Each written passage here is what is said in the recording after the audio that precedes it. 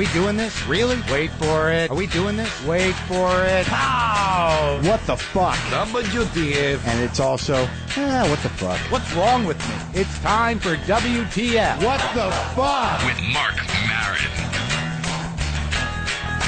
Okay, let's do this, what the fuckers, what the fuck buddies, what the fucking ears.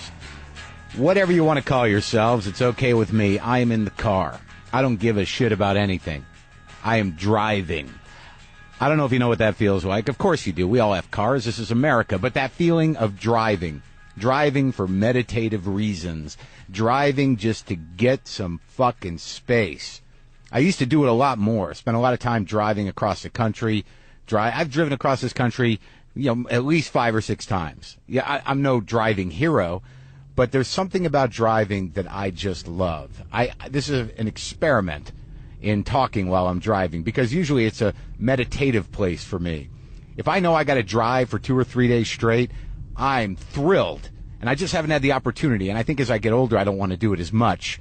But there was something about getting in the car and just having that space, that moving space that you can call your own, that moving space where it's just you in your car and in your head, moving through the world. There was such a peace of mind to it.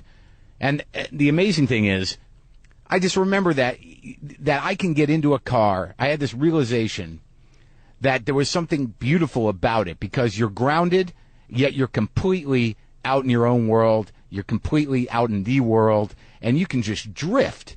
But the reason you're grounded is that no matter how far out you get in your head while you're in that car, some part of you has to drive the car. And that's your spiritual grounding. I guess it's sort of a beatnik idea. And I guess I sort of bought into that when I was younger. The whole idea of just get in the car and go, man. Just do it.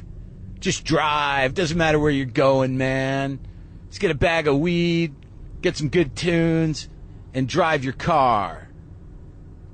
Dig it. Yeah, I used to be into that.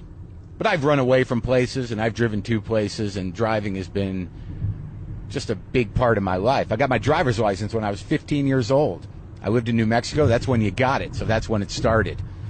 And in thinking back on it, I mean, you know that feeling where you're just driving for hours and you're blasting your music at decibels you don't even realize is ridiculous, and then you pull into a gas station to get out and piss or put gas in your car or get a big gulp, and you open that door and it just blares out, and it's almost like you just arrived from another planet, the planet Iggy Pop. And everyone's looking at you for a minute, but then you share that common bond, that moment where you're like, yeah, we're just driving. That happens only at places that are out in the middle of nowhere, those type of truck stops and gas stations. But I've made some trips, man. I've left places in a fucking hurry.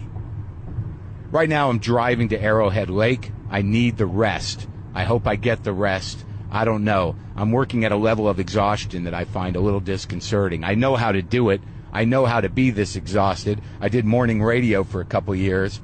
I know what it's like to walk around feeling like you've just been in a long pillow fight and never quite waking up. But I've just been running around, getting the shows out to you guys, doing stand-up shows, not sleeping that well. So the idea that I'm going away to Lake Arrowhead to this Max Fun Con, this comedy nerd retreat, seemed pretty good. Feels good to be on the road. There's too many cars on the road. I used to love driving. It's great to drive in Los Angeles in the middle of the night, because then you realize, like, God damn it, these highways were built for a reason, to have a great time. Got all these idiots probably going to work. Why are they idiots? Because they're going to work, Mark. I don't know. Stop talking to yourself. You're on the podcast. Don't get all meta. They're just people doing what they have to do. Yeah, but I want to drive, man. I want freedom. I want freedom the American way, to get into my car, into my Toyota Camry, and just rip it. There have been some important trips, man. There were some important trips. I remember when I left New York, ran out of fucking New York. Left, 1992. I've been sober for about a year or so. Started drifting back into the world, freaking out, living on the Lower East Side in the middle of the open heroin market of the Lower East Side. Started drinking, started smoking the weed, started freaking out, decided I got to get the fuck out of here. I got to go to San Francisco and get my girlfriend back. So I remember I gave away my bed to the guy across the hall who was a realist painter, whatever that means. Packed up my car, everything that didn't fit I gave to the guys on the street who used to sell shit on the street. Got in my car and headed for San Francisco from New York. Made it in 3 days. Bag of weed. Man, that last stretch from like Wyoming or some shit, Idaho, 22 hours to San Francisco, show up on my ex-girlfriend's door, wasted, beat, begging to be taken back. She took me back. I ended up marrying her that first time. That was a pretty important road trip. Saved my ass. Before that, there was the road trip of running away from Los Angeles. Same thing. After the whole Kennison episode, hearing voices in my head, wasted, paranoid, running from mythical beings that I was creating. I was on the run from a global, perhaps universal conspiracy that only I was one of the few chosen people that knew about. Got into that car, again, packed up everything that fit, the rest of it gave away, hit the road, got to Palm Springs, just outside Palm Springs, saw one of the worst car accidents I ever saw in my life. Bodies all over the highway. I was like, okay, I get it. I'm supposed to pull over here. Pulled over in Palm Springs, had an 8-ball of Coke, 6-pack of beer, sitting in a hotel room. Lauren Green was on TV in Battlestar Galactica. I want nothing to do with any of them. Started walking around Palm Springs. Thought I was invisible. Next day, got back into my car. Drove to my brother's in Tucson. Said, I need help, dude. I'm a mess. I haven't slept in weeks. I'm hearing voices in my head. He was like, man, we're graduating, dude. This is our big weekend. I'm like, all right, different people. I can hang. Then made it back to New Mexico. Got my passport renewed just in case I had to leave quickly, running from the universal conspiracy. And then got into rehab. That ended well. Now that I think about it, those are what you call geographicals. Geographical cures. Maybe if I just go somewhere else, everything will be okay. That's what that's called. And the problem with that is, when you go somewhere else, you bring you with you. Sure, it's a new town, but that new town just got a new suburb, and that suburb is called Marc Maron. How's everything in Marc Maron land? Holy shit. How did we let this happen? We just let a relatively emotionally unstable, bad mental neighborhood move into our town. I guess that's sort of self-important, but that's what it is. I mean, you're okay for a while. New cast of characters, new people. They don't know you. They don't know your past until you start blabbing about it. Then they start getting suspicious. And then you start making a mess there. And you add to your city. Your town becomes a city with every town that you go to. More baggage, more people, more drama. Until you have to leave to go to another town. And now all of a sudden your suburb's gotten a little bigger. But eventually, I don't know. Got to clean it up. Get rid of the casinos. Get rid of that drug neighborhood in your town. You know, maybe move into a more reasonable place. Open a gym there. These are all things you can do in your town. That is you. And use the stuff. You know, you don't have to go all the time. Try to keep the bad element out. As fun as it may be. That's what you use the real cities for. But try to get the ones that are in your city and your mind out of you. God damn it, I love driving. I wish I could just cut loose so. As much as I can cut loose in a 2006 Camry. It's cruising though. Smooth ride. Just got the tire fixed. Had a nail in it. I like flying too. For some reason, I've decided that when I fly, I like looking at myself in the mirror of an airplane because I've decided that is the truest representation of me. Suspended in midair, traveling hundreds of miles an hour with no set compass point on a map, completely disengaged from all that is my life. Floating, like if the plane wasn't there, like if I was Wonder Woman, you could just see me standing in front of a mirror, moving through the air very quickly. I've decided that that is the best place to look at yourself. as far as the car goes, like I'm already starting to feel that buzz of just like, moving. It's weird. When you drive for hours, when you get out, don't you feel jangled and wild? Like that part of you that's been straining to pay attention to the road, though you think it's second nature, you're actually hurling down the pavement at 60 to 90 miles an hour in a piece of machinery that you're in charge of. That's got to tax you a little bit.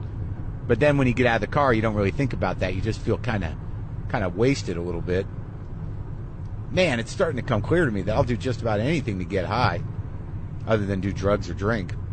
I'm pretty creative. Max Fun Con. I have no idea what to expect. It's going to be spending a weekend with 200 fans. But they're not my fans. I'm sure some of them are. But not all of them. It'd be nice to hang out. I think I have to give Maria Bamford a ride home. I hope that I can turn the mics on for that.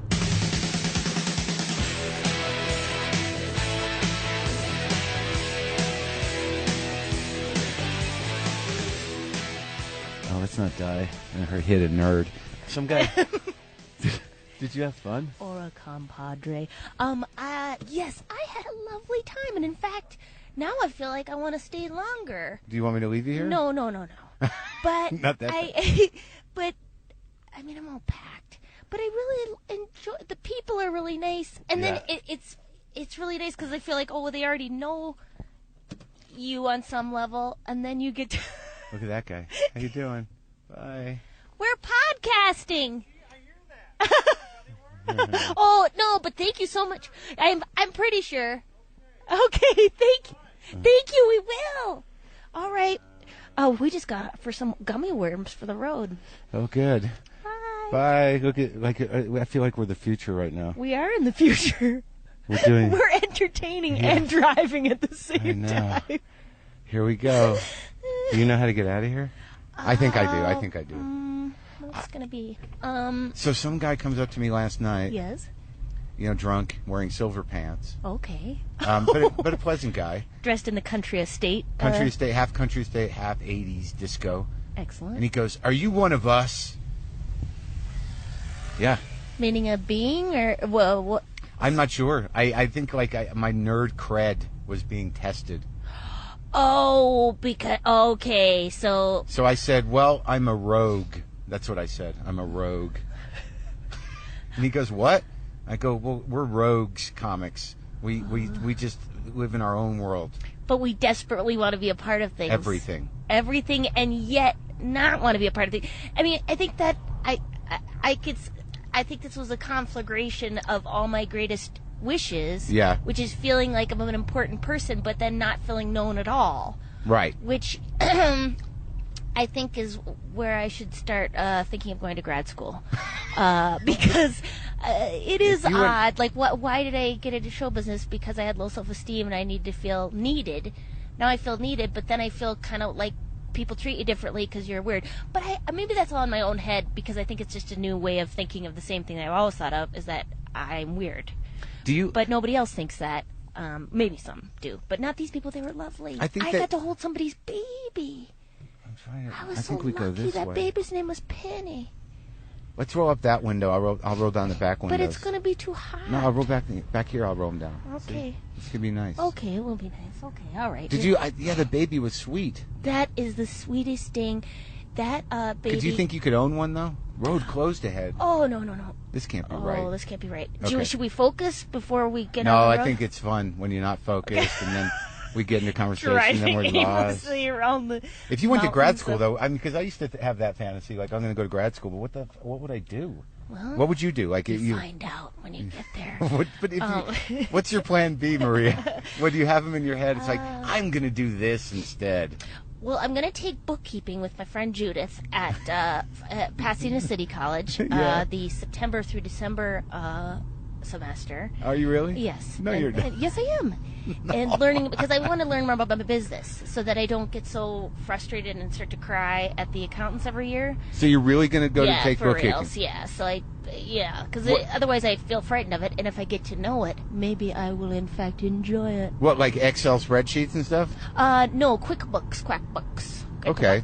And just the whole concept of it. I really, bookkeeping is not unlike acting to me, where I just go, what's happening? Like, what's going on? How do I feel these numbers? Yeah. Well, because it makes so much sense to them. They're like, oh, well, this and then this. And I just, I do have that innate feeling of like, I've got to do a really good job at everything. Yes. And so every year, the look on my accountant's face, no matter which accountant it is, because I've had about 7, is, oh, God. And when you show up with your piles of receipts? And No. I mean, I take excellent records. Yeah. Excellent records, but they always need something more. And they always seem disappointed. Maybe I'm putting that on them. Yeah. But what I need from an accountant is somebody going, great job! And they are not doing that. So, of course, I need to fall in love with myself. That is what I am recently starting to do, is to go, wow, you've got a nice face, to myself. You know what I said to myself the other day? I actually said this. I said, you're ridiculous. But then I said, but you're no dummy. Oh, that's lovely.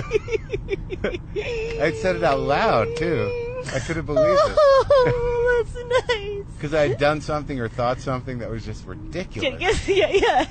But it was smart at the same time. I like the bit you're saying about the cat. Like, what if my cats were in a rock? Like, that was really awesome. I'm so attached to those cats, and they so don't like me that much.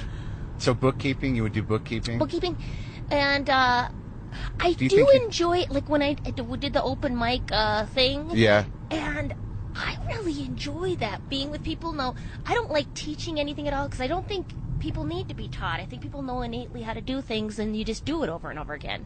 At least that's my philosophy. Have you ever been one of those people that, like, if you do something once and you do it well, you're like, okay, I can do that. I'm done now. Like I've done that with things. Like I've really applied myself and then done it well to the point where I'm like, I could do this, but it might not last long, so I stopped doing it. Yeah, well, I used to play the violin. Really? Was very good at it because of a weird, you start when you're 3, so you're all of a sudden... You were playing violin at 3? Yeah, because my parents forced you? Did they take your hands to the strings? It was forced in a way that I was unconscious of what was happening. Yeah. Until I was around 11, and right. Then I said, I think I'd like to quit. And they said, no, you cannot, because we have put in a lot of time and money, and wow, you're freakishly good at it, so why not continue? So I was good at it, but I did not enjoy it at all. So that's what I try to do, is see if I enjoy something. Yeah. Like I took dance classes a lot. What kind of dance? A ballroom and swing and. Can you swing dance? Oh yes. Really good? I took it for 2 years, and I did enjoy it a lot. But then it became like, the competitive spirit of like, oh well, now do I want to hang out and learn how to do everything at the Brown Derby? Yeah, and I just thought, I just want to be with people. I don't really care what we're doing. So then I stopped doing it, because I was like, I love to dance, but I have enough things that I'm very competitive and trying to be good at. But you never thought like, wow, I'm going to integrate violin and swing dancing into my stand-up routine. I did do violin in my stand-up for the first 3-4 years. Is there a record of that? Yes, there is. Is it available to people? Yes, do people know this about you? Yes. This is common knowledge. Yes, common knowledge. I think. For anyone who cares, I think. I had no idea about that. Very interested. I had no idea. But I do it because then if people didn't like the jokes, they would go, "But you are very good at this." It was a buffer? Yeah, exactly. Oh, yes. Oh, that's what the voices are, really, is sort of a buffer. You don't like my ideas? Isn't this kind of odd? Yeah. That I can do this? But, I mean, as Jimmy said, I only have 4 voices. But I think I told him that before, that I only have 4 voices, so I think he was telling it back to me. He was not being cruel about it.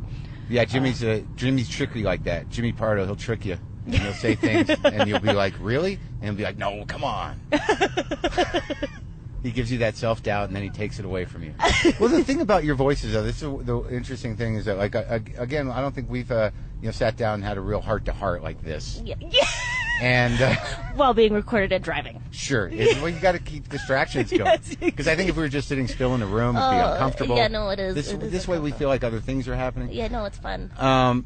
This is the little town. Yeah, Saddleback Girl. I think that, I went to the Pendleton outlet in there and bought 4 shirts. Oh, you did? Oh, yeah, those were real nice. There. What I say about you and your voices is that all those voices seem to give a certain persona to very sort of deep and interesting, dark things. Yeah. So it's not like you're just doing voices to protect yourself. Yeah, and it's all thoughts that I have about my. Who cares? It's just fun. It's fun to do voices too. So what happens when, angle. you seem to be very able to process audiences that may not like you, and I don't. How does that happen? But I mean, like when you talk about that experience you had with Jackie, what happened there?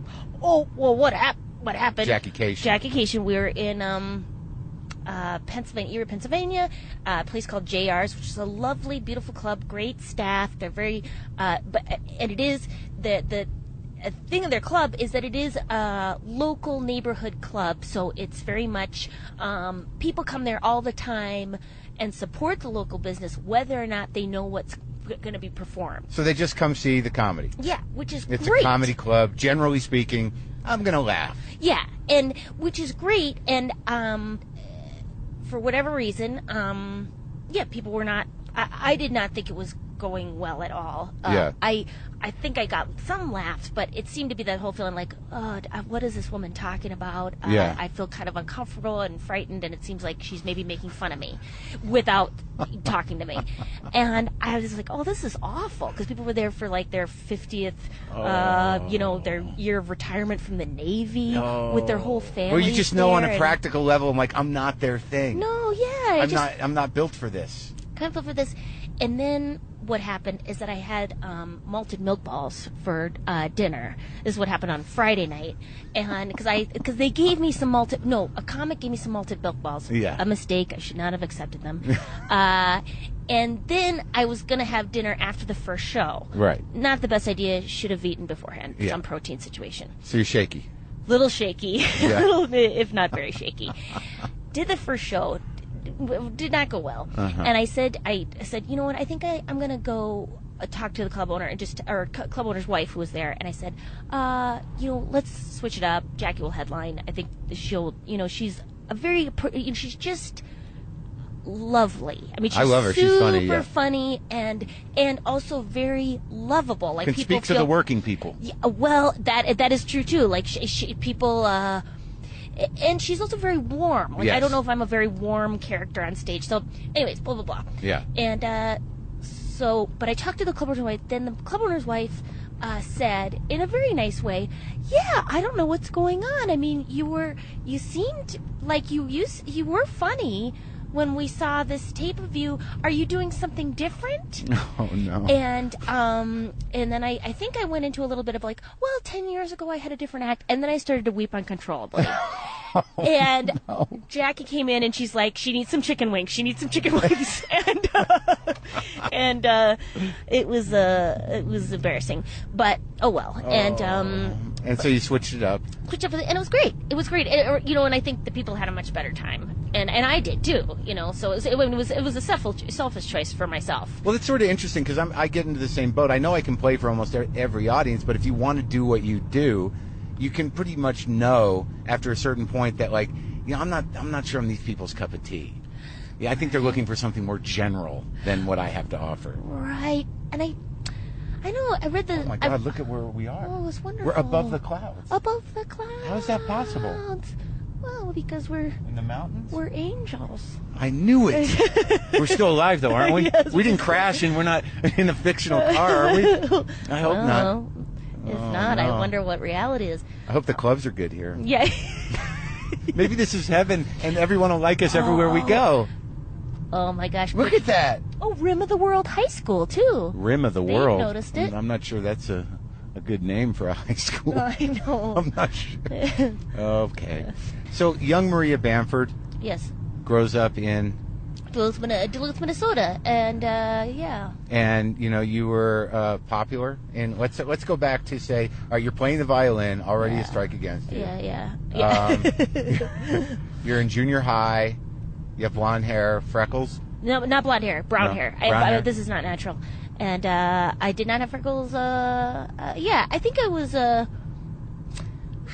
am not very far from where I am now, which is sort of Emotionally or on all levels? On all levels. You say you have some more skills, I'd imagine. Like, I think I had okay social skills. I think I was doing okay until about 16, and then it went in and out.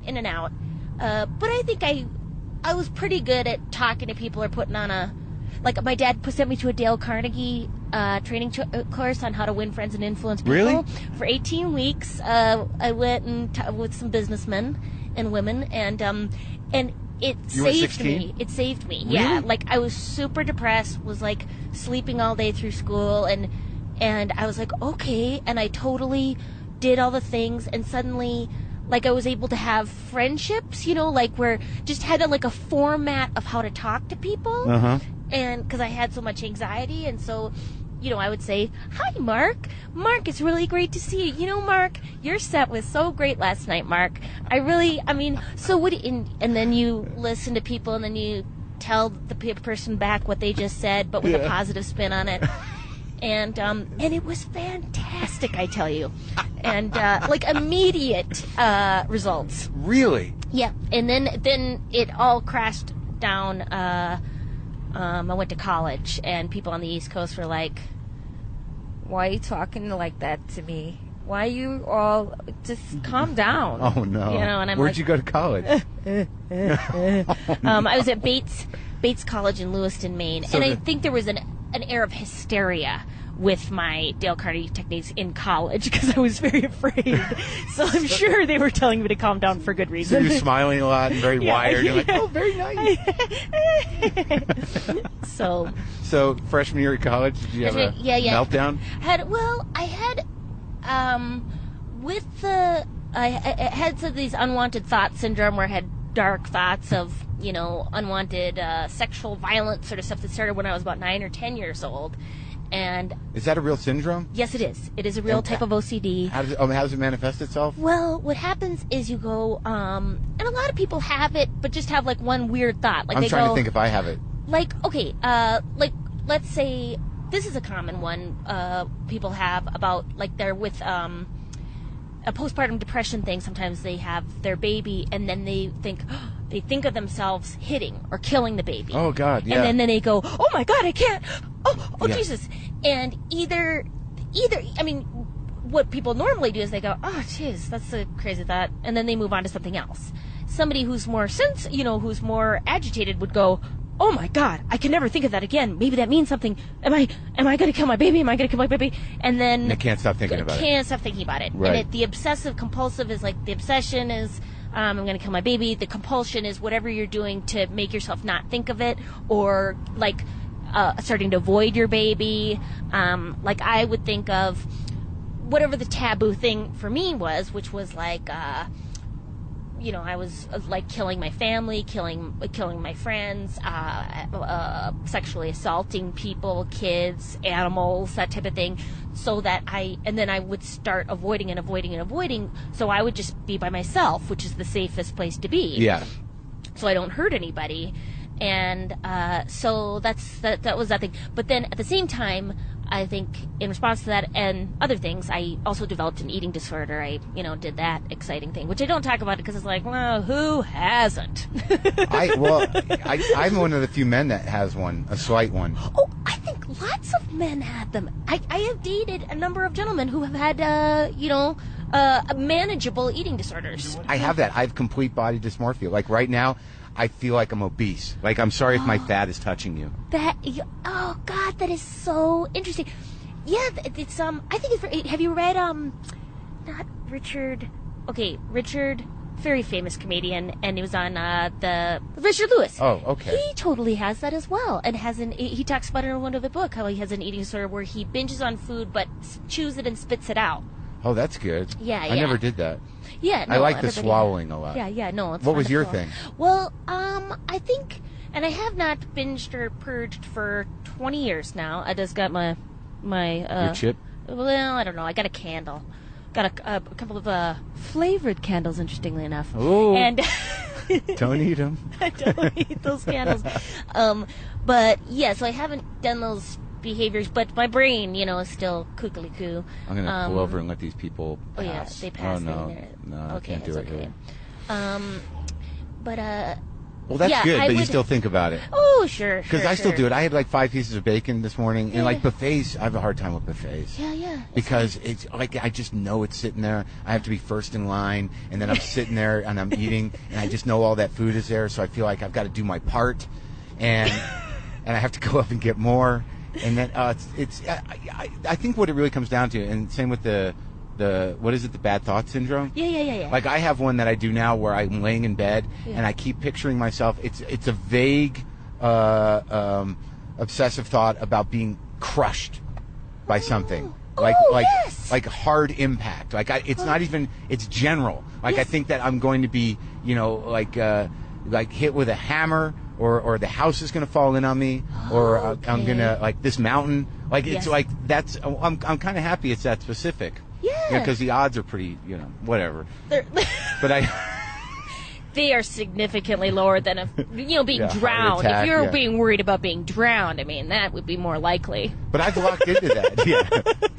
I lock into that. It's just part of obsession, right? No, yeah. And if it weren't that, it's like I find like I get over something and then I have because it's a way to deal, or my brain, is locked in its neuron It's a control paths. thing. Yeah, to think, oh, well, life is out of my control. A lot of things are out of my control. Here's something How do you deal with that? I think that is out of my control, but is in fact not. In fact, not at all. Well, that's what I talked about on stage last night with my boots. Like, I find that because I grew up in a home that had no emotional boundaries, obsession, it grounds you. At least you have that. Yeah, you have It's like, what's going on with you? Oh, I'm killing babies in my head. Yeah, yes. What's going on with you? Or I'm trying not to kill babies. I mean, that's the real thing. Like, it's like, like trying. Oh, it's just awful. And that started to really take you over in college? No, it just kind of got worse and worse over time, where I realized, like, I was not having, close friendships, or, like I love 12-step groups because there was a rigid, sort of structure, where you talk to people, there's certain ways you share, there's certain ways you talk. I mean, it's just like Dale Carnegie. Right. And then you have fellowship and it ends. Right. Like, it's not like an unending sort of like, we're just going to hang out, Right, it's like ongoing that sounds support, terrifying. right, with tools, and you can call anybody at any time and tell them that you're trying not to kill babies in your head. Right, or whatever it is. Or I'm trying not to eat this pint of ice cream and throw up. Yeah, exactly. No, I believe in 12-step groups, and I can't stand people that condescend to them because they don't understand them. I believe that people don't have whatever the bug is that you're treating, that they can't really understand. They just think you're like weird. Yeah. I mean, I think it's a social construct that's developed out of a need, because we don't have very much community anymore in certain ways. Everyone's kind of isolated. We're very success oriented in our society, and it's a broad set of principles to try to rewire your brain. Yeah. So did you spin out in college? Like, did you have to leave? Yes, I did. I did spin out. I didn't. I called a suicide hotline after I, was totally, could not stop, eating. Could not stop. Like, I stayed in my dorm room by myself for. What was your choice of food? I don't even sugary remember. Stuff? Yeah, it was just sugary stuff, and it was, it's not pleasurable at all. Like, it's not fun, and so I called the suicide hotline. They gave me a number for the OA, which is a thing, and then Yeah. And just the idea that there were people out there, like, helped me immediately. Like, I stopped doing it. Like, almost, it was really odd. It was very odd. Like, it just stopped. And then I ended up, because I was very, those groups don't really give you, they don't give you any sort of plan or nutritionist or anything, because it's all. Isn't there some high-level OA, like grayscale, where you can measure your food? Because that sounds very appealing to me. High level. No, they do. Like, no, I know. OA, how? I did Weight Watchers once to lose 20 pounds after I quit smoking. I got up to like 200, which is very uncomfortable for me. Yeah, no, sure. So I started going to Weight Watchers meeting, and the resentment that they looked at me, like, all these, fat women, and very heavy people, I'm just trying to trim up a little bit, and I felt guilty. Like, I was actually going to the meetings, and I felt guilty, and I was so proud of myself, because that is such a control thing. to control your eating, like Yeah. to measure stuff. It becomes your whole life. It was like a belief system. How many points in this? Yeah, and I'm not. I can't do that. Because that was my whole thing. It was like control. So Right. my thing is just like, or my thing, was just like Stop the 3 behavior. meals a day and Right. let the anxiety peak. And no throwing up. Yeah, no throwing up, no exercise bulimia, no like, oh, I ate too much, I'm gonna go walk. Yeah. Like, like, Yeah. or My mom no, does that. Yeah, She's yeah. going nuts right now. She hurt her leg, and she can't do her 3 Pilates classes a day. I love that message. I mean, Oh, yeah. that was That's so disturbing and so delightful. funny. Like my mom was sort of the. I mean, I don't know. I think I have a definite propensity to addiction, but my mom was very much into dieting and stuff, and would always look at our bodies, Yeah. oh, and it was so funny. Past couple years, I've actually been having a lot of hard time with the obsession again. I think with getting older and stuff, Yeah. or just more responsibilities Yeah. with work or something, and so I've started being obsessed again with body image stuff, and so I went to go get some help again. I went to this an eating disorders based counselor, and so I was telling my mom, and she goes, "Well, honey, you looked. Have you gained weight?" I mean, it was like, Oh, yeah. oh wow, With no all depth. right, yeah. Just like you're thin, how could you be complaining? Everything seems great. Oh, yeah. So you think your primary problem is anxiety and obsession? I mean, I don't know. I mean, yeah, I think, yeah, for sure. Yeah, I think I have anxiety, and I think it helps though I'm gonna try to get a roommate because I think I have one. Oh yeah, I know, and I think that's great because it does help me. It's like even just being at this Max Funk, I was like, oh, there's people around, and like kind of So yeah, I think I think it is genetic because I have an aunt who's bulimic, and an aunt who is manic depressive. I have Right. it's like it's not my fault. It's not like no, of course not. So, and it's not necessarily trauma based. Yeah. It's like it just happens. The brain is wired a certain way. Yeah, it's exciting. It is very exciting not to know whether you'll actually fix yourself in this lifetime. The challenge to be a good me. Oh, it never ends. But I get anxiety to the point where it took me a long time to realize that my issue, because my father, claims to be manic depressive. Oh yeah. Oh, and I really enjoyed your joke about that. That was delightful. Thank you very much. Yes. Sometimes I doubt him, but whatever. Narcissism, manic depression, who knows? Yeah. But I thought I was depressed, and it took me a long time, like up until like a few years ago, that I realized that my problem was anxiety. Because what happens with anxiety and panic, like I'm a dread guy. Yeah. I used to get locked in. It's like, oh my God, when am I going to, I got to travel, and then, oh God. And when you have that much panic and anxiety, you go into a paralysis. That feels like depression. Yeah. But I don't think it's categorically depression. I just think it's exhaustion from anxiety. I could totally relate with that. Like, I can't leave the house because I'm somehow filthy. Like, what? Like, my good friend is a therapist, so she'll kind of flood me with. She goes, "Maria, you're filthy. Should you be going out today?" And I'll be like, "Marquetta," and she's from Eastern Europe, so it's delightful. She has a nice, "Oh, you're filthy, Maria."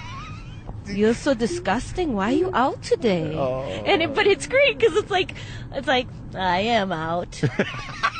I'm out and about. And I'm filthy. I'm filthy and disgusting. Yeah. Which my favorite movie is Ratatouille because it's like the message of that. No matter how much people are disgusted by you, you've got to follow your dreams. Yeah. Well, that's what we're doing.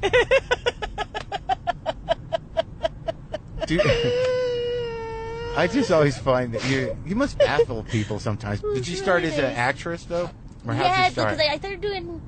I never really enjoyed acting that much, but I always liked doing speeches in high school, so that's what I did. I liked doing speeches, and then I heard about stand-up, and I was like, "That sounds awesome." How long have you been doing it? I think it'll be about 18 years. Oh man, it's amazing, isn't it? But I don't know. I mean, against like the caveat is that I did a lot of performance art venues and one-person shows. Like I don't know, I did not start out in the clubs. Right. So I how long I've been doing stand-up, I don't know, really. What were your, I could see, but you did it, like, that was pre alternative comedy venues. There was places you could go to do character-driven, long-form performances. Yeah. And what were they about? What were the first ones about? Well, it's the same stuff I do now. Oh, but you didn't have a framework, like there wasn't. Yeah. I just do like a long, 5-minute character thing about my mother. Or, you get along with everybody? Oh yeah. Your sister too? My sister too. Although I think sometimes she gets irritated, because the character really does not match her. Yeah. Like it's an element of her, but it's not. You make it a little broader. Yeah, it's very broad, and she's she's just a super lovely, supportive person, but she does have an edge. I mean, she does have an edge, but it isn't, like, I do, like, I go, gosh, my dad opened for me once, and he did a joke about me, saying, I asked, could I get a ride from the airport? And she says, I can't do that. And I was like, Dad, I never did that. And he said, turnabout is fair play. Does it have to be true? Your dad opened for you? Yeah. I did a motorcycle rally in my hometown. Whoa. Guy, when was this? This was like 4 years ago. This guy, or maybe 3, this guy was a big fan, and I was like, but, I was like, I don't think... Bikers? Yeah, I don't think they're going to enjoy it. But it was kind of it was a Minnesota motorcycle rally, so it was not, boozing or anything. Right. And girls taking their shirts off. No, not at all. Not at all. It was very family friendly and all that stuff. And so, but I said, well, I'll do it if my dad can open for me. And I paid my dad, and he did 10 minutes of delightful material that I don't think... Had he ever done that before? No. And he practiced. It was a really very loving thing, because he took a bullet. I mean, he bombed. Yeah. And it was... Did he feel it? Did he say No. I think he was all right. He's done some...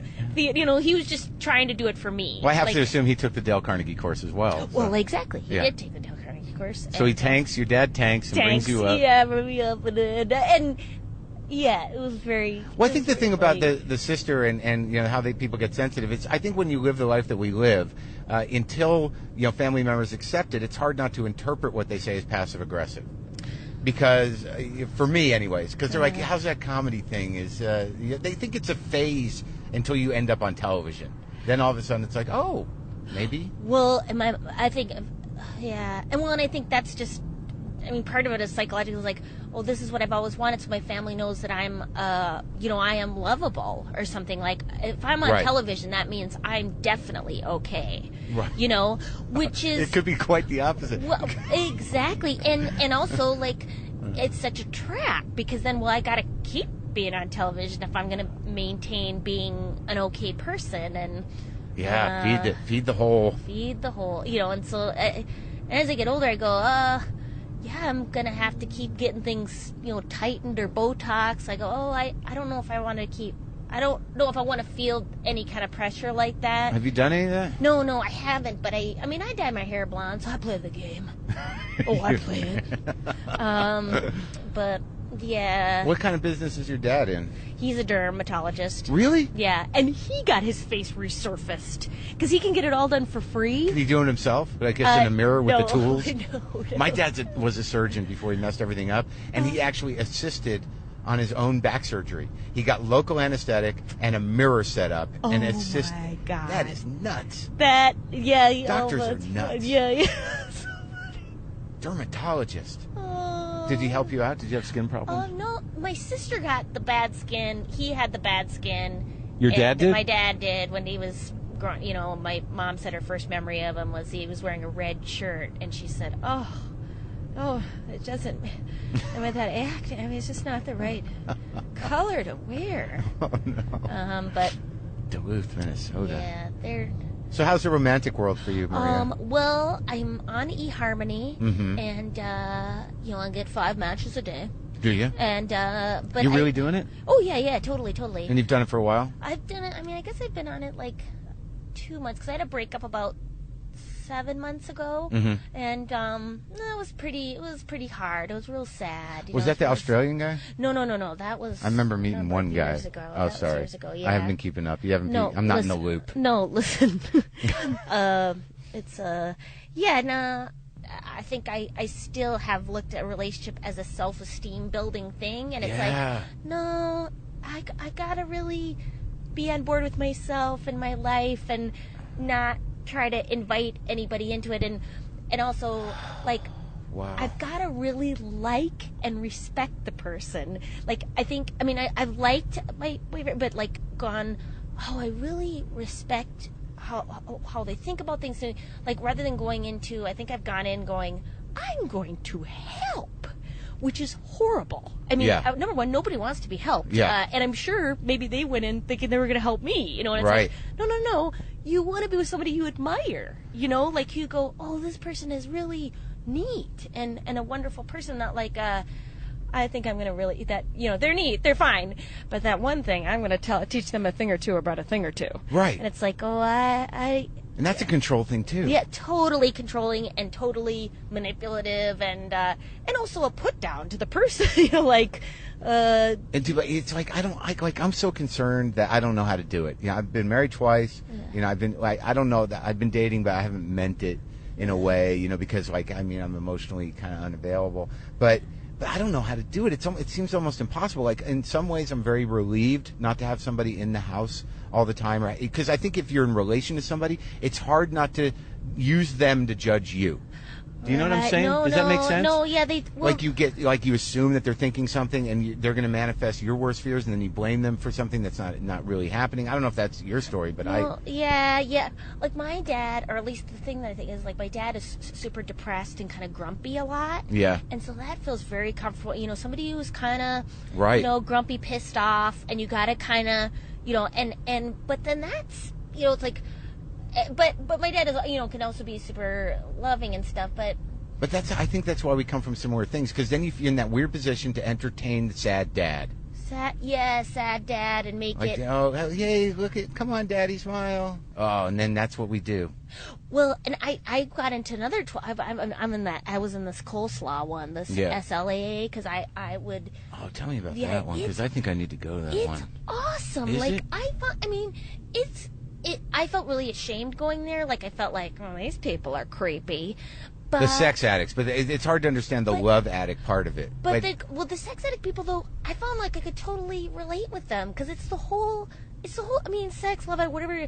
It's trying to get from somebody, like, it's manipulating something so that you don't actually have intimacy. Right. Like, actually have the vulnerability of, this is who I am. It's like, well, I'm going to focus on us getting married, or this, you know, whatever it is. Or what I think you should be, or like, you know, what the. And then you just feed on that without you kind of blast through all the boundaries, and there's no real intimacy. Yeah. Like, I do this. So like, complicated sometimes. It is, but maybe it isn't. I mean, like, this last time, I'm really proud of myself, because last time I did like I have like a dating plan where it's like, meet somebody once a week, go for coffee. You know, like, if you start dating somebody, like, go on 6 dates in 6 weeks. Rather, you know, and, you know, like... Really? Yeah, 6 days. Like one day? Yeah, a week. And then, with different people? With different people, too. Like, date other people at the same time. And, like, and for me, just because this for me, like, just, like, no physical intimacy until I've decided, oh, I'm just going to date this person for a while.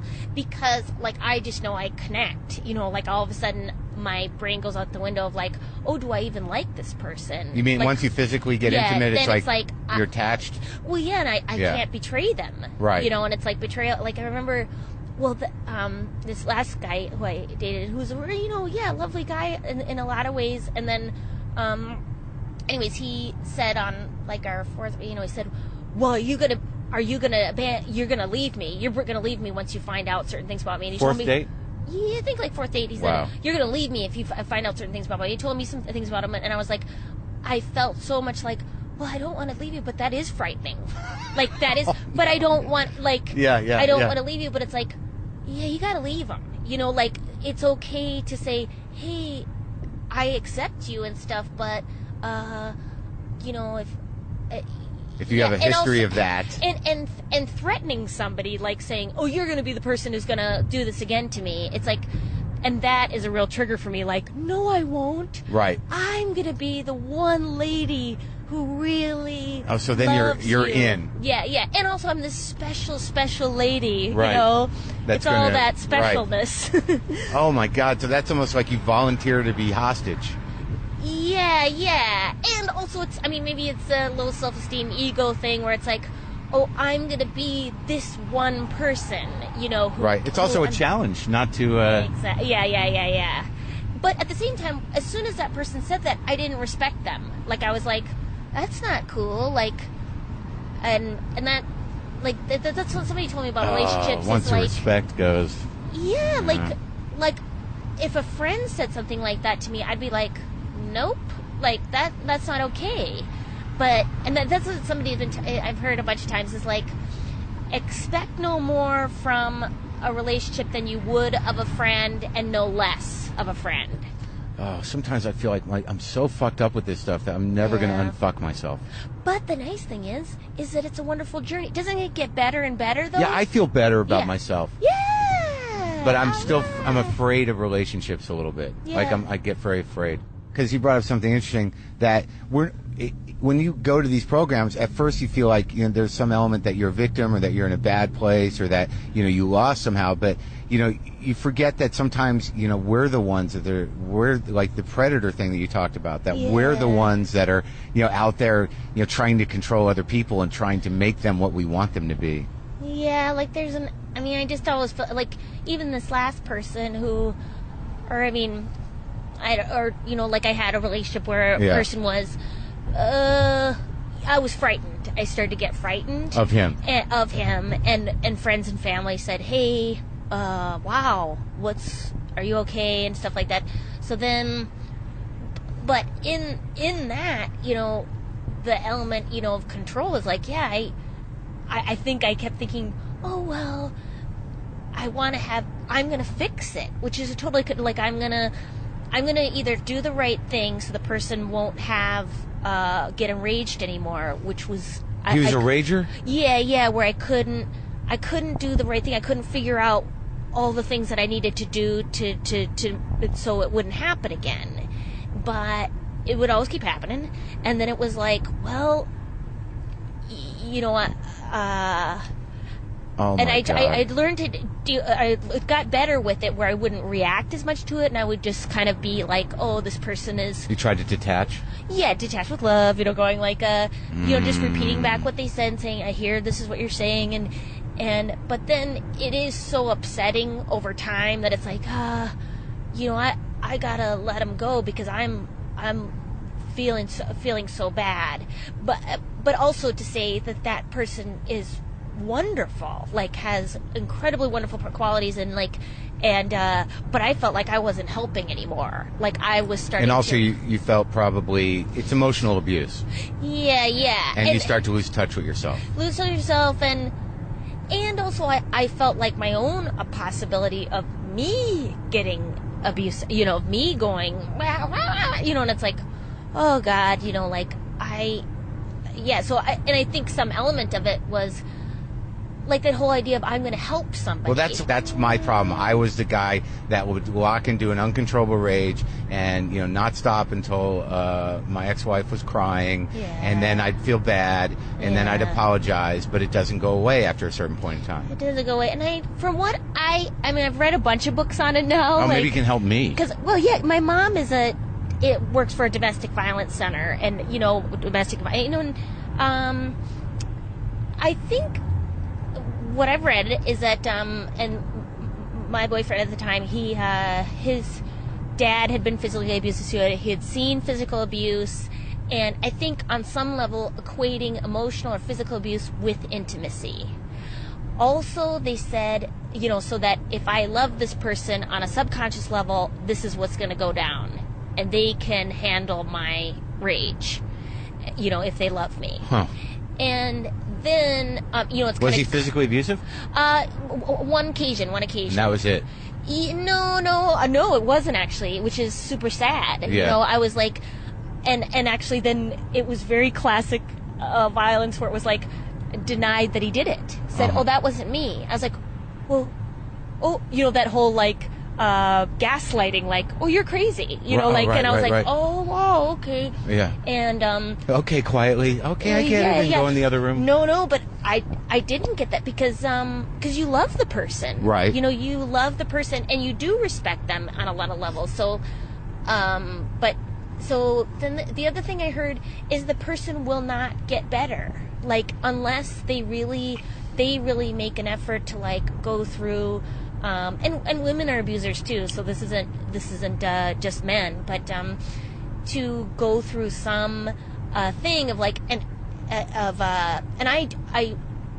we went to Recovering Couples Anonymous. Oh boy. So the great thing from that was that when it started to happen, we could call another couple. Or you had some tools. Yes. Where you could stop it before it before it got bad. Because you could feel when it would lock in. That was the other thing, is that the person think they're doing the right thing. Like, that was the thing I always surprised me. I was like, because of denial. They think they're doing the right thing because they have no choice but to think of it other way, or they'd have to, really see themselves. Right. Well, he would say the same thing, like, I lost control. Right. And it was interesting to go, no, the person doesn't lose control, because if they were really lost control, they'd be putting it all towards all directions, towards their job, towards everybody. They're focusing it really well at you. Like, at a safe space for them to rage at. And it gets results. Like, when my boyfriend would get really enraged, it's painful. It gets results. Like, I was like, you do whatever you need to do, I'll do whatever you say, so this will stop. I mean, it's effective. So like, of course people that do it. becomes your relationship. Yeah, totally. I mean, there's a reason it works, so it's like, of course you'd keep, doing it, and I would see it change over on his face. Like, right. I would go like, okay, it's on. Right. Like, and it would come out of anywhere, or it felt like to me it would come out of anywhere. But, again, nobody is all bad or all good. Like, that's right. Super loving person. We had a lot of good times too, so it's confusing, I think. Well, and also that's the other thing that always baffles me is that there's no reasonable explanation for why people love people. When you see people in difficult relationships or abusive relationships or people you don't think should be together, and you're sitting there going, how the hell is that happening? You can't explain love. That's what makes it so amazing and so weird and sometimes so troublesome, is that you don't know why you're going to feel that. Yeah, you could sit there and look at your childhood, or that this wires this, or this is part of a pathological legacy of some kind, but it is what it is. Love is love. What are you going to do? Well, and I felt like a relationship gave me meaning in life. Mm-hmm. Like, I have this thing that I'm working on, and we're together in this. I really and I do love that feeling. Like, I thought, I want to keep that vision. Like, I love being a part of a team. Like, that was really wonderful. I really. Let me ask you a question about. Just from my own personal, like when this started happening and you started losing your voice in the relationship because of his anger, did you find yourself like spiting him outside of it, or like something that happened in my relationship was like she would start saying bad things about me right in front of me, in front of people, and like there would be little weird things that would happen as a reaction to it, her not being able to stand up for herself in the relationship? Yeah, I mean, I would hope that I didn't do that, but I think, because I think there's that loss of respect for the person. And then and loss of respect for yourself for putting up with it. Exactly. So it's like sort of like a self-loathing, and then also like making fun of the person. I don't think I wanted to do that, or, but... It happens. But I do remember just feeling more and more like jacked up. Like okay, you gotta figure this out, and just really and trying to make myself feel better. And I think sometimes I put that on him, which I think the last thing we had was we were about to become intimate, and I said, hey, can we hold on and just kind of connect? And he was like, we don't always have to connect. Why don't you go see a therapist? And I was like, okay. What attracted you to this guy? Well, it was lots of fun. He was a lot of fun. And all right. I mean, come on. Sure, people who are angry and crazy. Well, I know. You've been with, it's like. I think I was a lot of fun for a while. Yeah, exactly. And Yeah, and smart and interesting. You know, it's like lots of wonderful things. And then you sort of rationalize it. Well, this comes with the territory.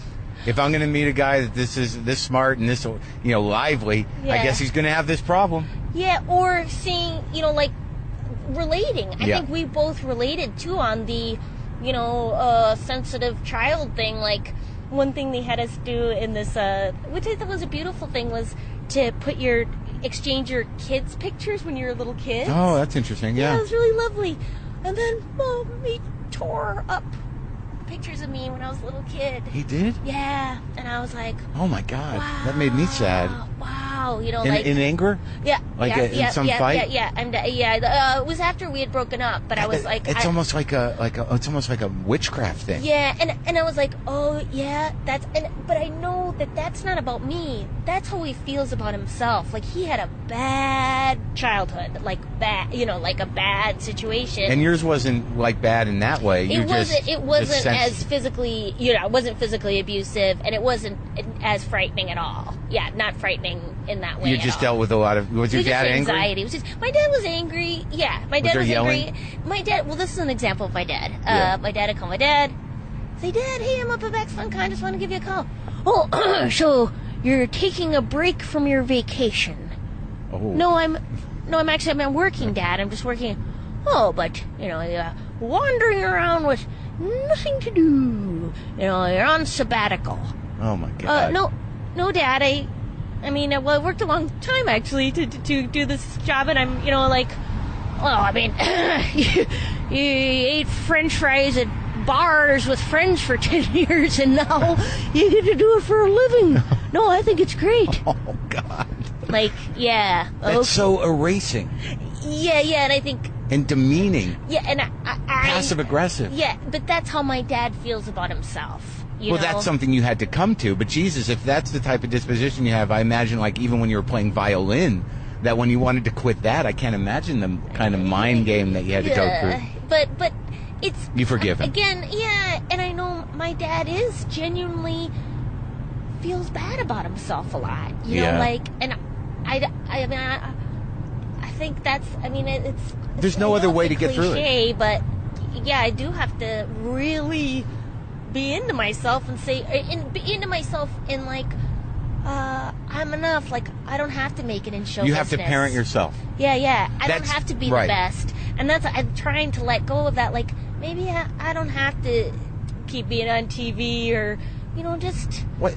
I can do... Because I think that's something I've lost is, what is meaningful to me? Because I think I've been kind of letting show business kind of say, oh, well, this is meaningful to you. I used to say, honestly, it took me a long time to realize show business wasn't my parents. And I think that if you have that emotional craving, if you know you were poorly parented and your sense of self is damaged, that you get to a point where you don't have a choice but to get to a level of forgiveness of the people that hurt you and an understanding, which it seems like you are, and also this idea of self-acceptance, because for me, it's not a matter of success or anything, but if I can be true to myself and actually feel good in that without the adulation of people, then that's an amazing thing. And I have moments of it now. And you certainly are true to yourself as an artist. I'm trying. Last night I thought, I'm going to do some new jokes and just let it not be the greatest. Go through the process of not being, not being the greatest in front of a big crowd. Being, I know I'm good at what I do, but it wasn't all my hits, or something. Right. And I go, just see how that feels, because it is never enough. It hasn't been. I thought, if I just get listed in the LA Weekly, then that'll mean I've succeeded. And I've had over and over again successes, and it's it has not done anything. And the things that mean more to me is relationships, being helpful, feeling needed. And the new bit. And the new creative bit. God damn it. I do like bits. Yeah, but it makes me crazy. It all comes down to that. It's I can get all the success or all the attention. People like what I do, and I just hit that wall where I'm I can't do these fucking bits anymore. If I don't get a new bit. Yeah, yeah. I know that's an obsession too. Just one new bit. This is another example. My dad calls me and he goes, "Oh, I got a great new quote I just read." "Oh, what is it, Dad?" "Don't be humble. You're not that great." Oh, no. Jesus Christ. Like, okay, oh my God. Okay. There's no winning. Yeah, exactly. There's no winning. So great. Thanks, Dad. Well, I'll tell you, Maria, this was, I'm so glad we talked. Yeah, this has been really fun. And it's nice because it's structured, so it's safe. Yeah, I like structure. We're in a car. We're in a car. We're being recorded. Yeah, it has a context. It's for work. I think we did. I think what we should do.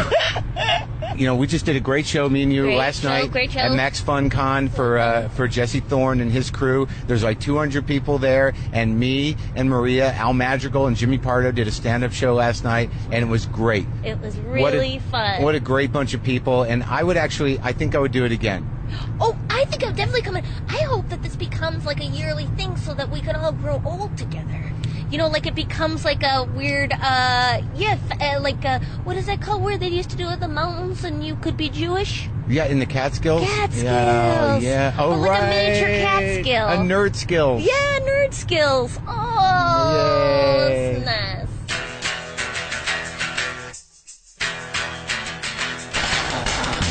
There you have it, folks. A ride home in a car with Maria Bamford. I never thought it would happen. I didn't think I'd ever talk to her for that long. And, man, we definitely talked for that long. And I hope you enjoyed it. As always, go to WTFpod.com for all your WTF needs. Get on the mailing list, please, because we're doing fun things with the mailing list. I'm writing you a personal email every week with who's on the show, special things, pictures, that kind of stuff. Go to WTFpod.com for that. Go there for your justcoffee.coop fix. Go to punchlinemagazine.com for all your up-to-date comedy news needs. And by all means, if you feel the urge, kick in a few bucks to the podcast. We are listener-supported. Outside of that, take a break, relax, or listen to the podcast again, or listen to an old one, or just, live life. Bye.